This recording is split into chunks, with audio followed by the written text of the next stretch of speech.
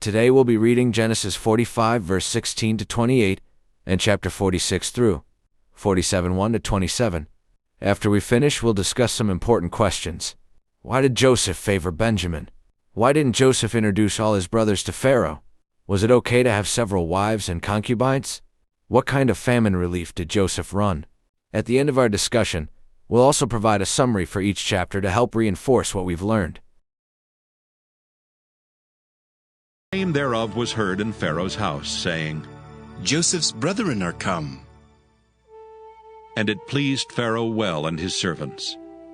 And Pharaoh said unto Joseph, Say unto thy brethren, This do ye, lade your beasts and go, get you unto the land of Canaan, and take your father and your households, and come unto me, and I will give you the good of the land of Egypt, and ye shall eat the fat of the land. Now thou art commanded, this do ye.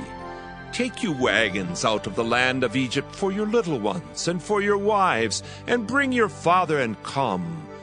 Also regard not your stuff, for the good of all the land of Egypt is yours. And the children of Israel did so. And Joseph gave them wagons according to the commandment of Pharaoh, and gave them provision for the way. To all of them he gave each man changes of raiment. But to Benjamin he gave 300 pieces of silver, and 5 changes of raiment. And to his father he sent after this manner: 10 asses laden with the good things of Egypt, and 10 she-asses laden with corn and bread and meat for his father by the way. So he sent his brethren away, and they departed. And he said unto them, See that ye fall not out by the way. And they went up out of Egypt, and came into the land of Canaan unto Jacob their father, and told him, saying, Joseph is yet alive, and he is governor over all the land of Egypt. And Jacob's heart fainted, for he believed them not. And they told him all the words of Joseph which he had said unto them. And when he saw the wagons which Joseph had sent to carry him, the spirit of Jacob their father revived. And Israel said, It is enough. Joseph my son is yet alive. I will go and see him before I die. Genesis chapter 46. And Israel took his journey with all that he had, and came to Beersheba, and offered sacrifices unto the God of his father Isaac. And God spake unto Israel in the visions of the night, and said, Jacob, Jacob. And he said, Here am I. And he said, I am God, the God of thy father. Fear not to go down into Egypt, for I will there make of thee a great nation. I will go down with thee into Egypt, and I will also surely bring thee up again. And Joseph shall put his hand upon thine eyes. And Jacob rose up from Beersheba, and the sons of Israel carried Jacob their father, and their little ones and their wives, in the wagons which Pharaoh had sent to carry him. And they took their cattle and their goods which they had gotten in the land of Canaan, and came into Egypt, Jacob and all his seed with him, his sons and his son's son with him, his daughters and his son's daughters, and all his seed brought he with him into Egypt. And these are the names of the children of Israel which came into Egypt: Jacob and his sons, Reuben, Jacob's firstborn, and the sons of Reuben, Hanok and Phallu, and Hezron and Carmi, and the sons of Simeon, Jemuel and Jamin, and Ohad and Jachin, and Zohar and Shael, the son of a Canaanitish woman, and the sons of Levi, Gershon, Kohath, and Merari, and the sons of Judah, and Onan, and Shelah, and Pharez, and Zerah. But and Onan died in the land of Canaan. And the sons of Pharez were Hezron and Hamel. And the sons of Issachar, Tola, and Phuvah, and Job, and Shimron. And the sons of Zebulun, Sirad, and Elon, and Jaleel. These be the sons of Leah, which she bare unto Jacob in Padan Aram, with his daughter Dinah. All the souls of his sons and his daughters were 33. And the sons of Gad, Ziphaon, and Haggai, Shunai, and Esbon, Eri, and Arodai, and Areli.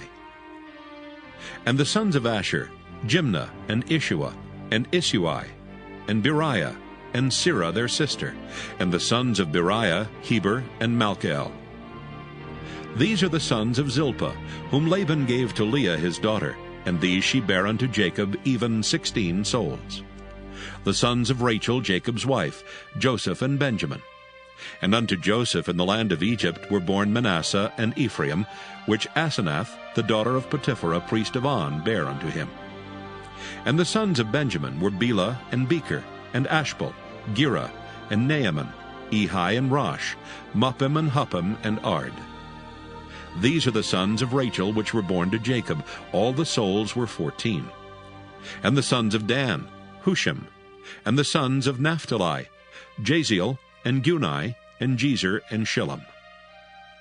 These are the sons of Bilhah, which Laban gave unto Rachel his daughter, and she bare these unto Jacob. All the souls were 7. All the souls that came with Jacob into Egypt, which came out of his loins, besides Jacob's sons' wives, all the souls were 66. And the sons of Joseph, which were born him in Egypt, were 2 souls. All the souls of the house of Jacob, which came into Egypt, were 70. And he sent Judah before him unto Joseph, to direct his face unto Goshen, and they came into the land of Goshen. And Joseph made ready his chariot, and went up to meet Israel his father to Goshen, and presented himself unto him. And he fell on his neck, and wept on his neck a good while. And Israel said unto Joseph, Now let me die, since I have seen thy face, because thou art yet alive. And Joseph said unto his brethren and unto his father's house, I will go up and show Pharaoh, and say unto him, My brethren and my father's house, which were in the land of Canaan, are come unto me. And the men are shepherds, for their trade hath been to feed cattle, and they have brought their flocks and their herds and all that they have. And it shall come to pass, when Pharaoh shall call you, and shall say, What is your occupation?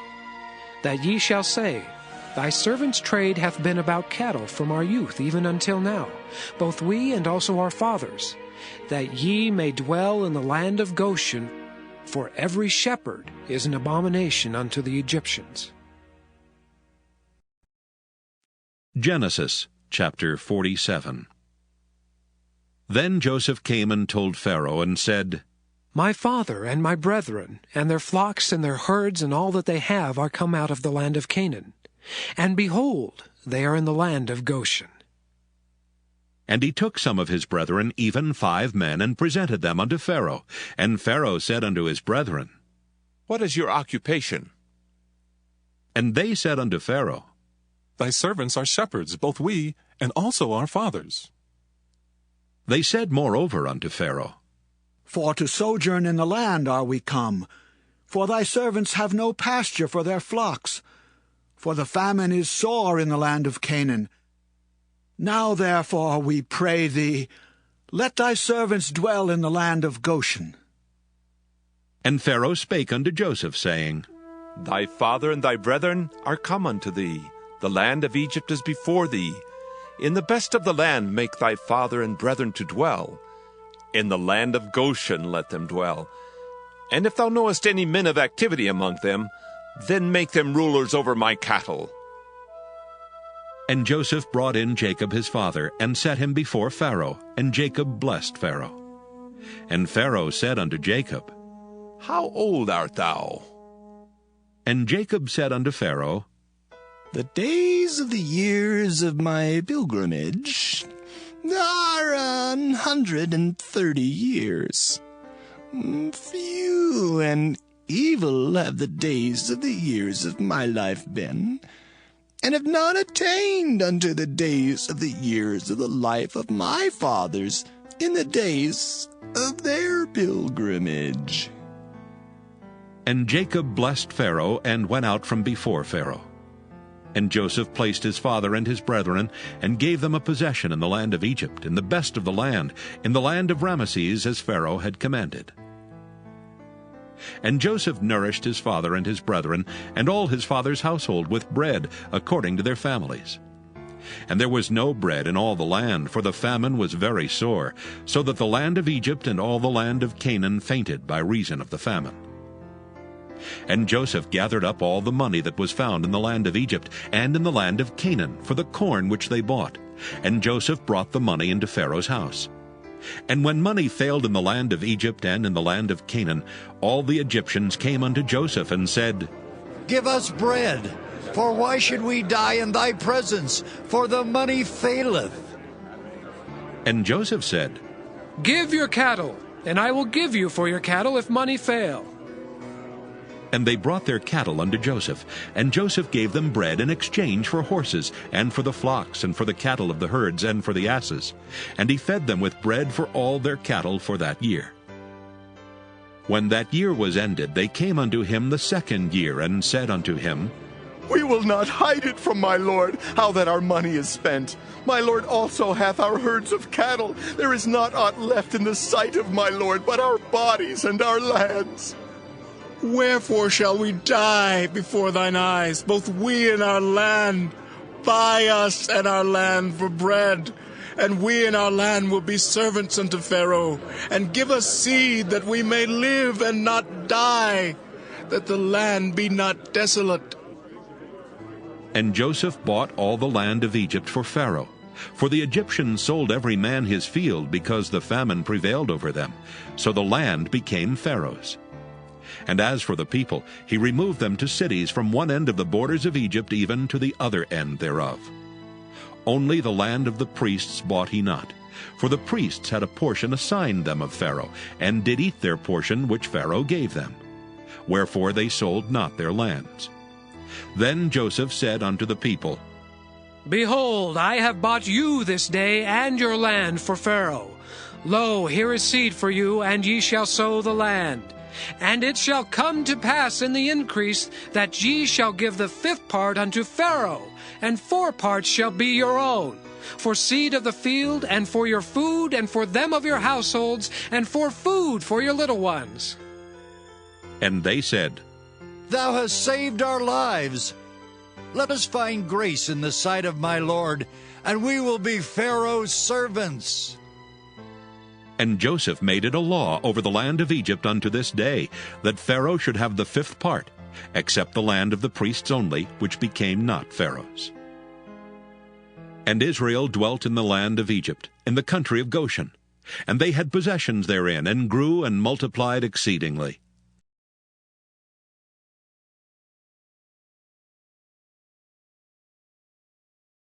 Why did Joseph favor Benjamin? Joseph had special affection for Benjamin because he was his only full brother. See the article, Is favoritism ever a good idea? Why did God encourage this journey when Jacob's descendants would eventually become slaves? From a human perspective, Jacob's descendants were free to return to Canaan any time after the famine was over. But they stayed in Egypt long after the need for famine relief had passed. Their complacency eventually led to their slavery.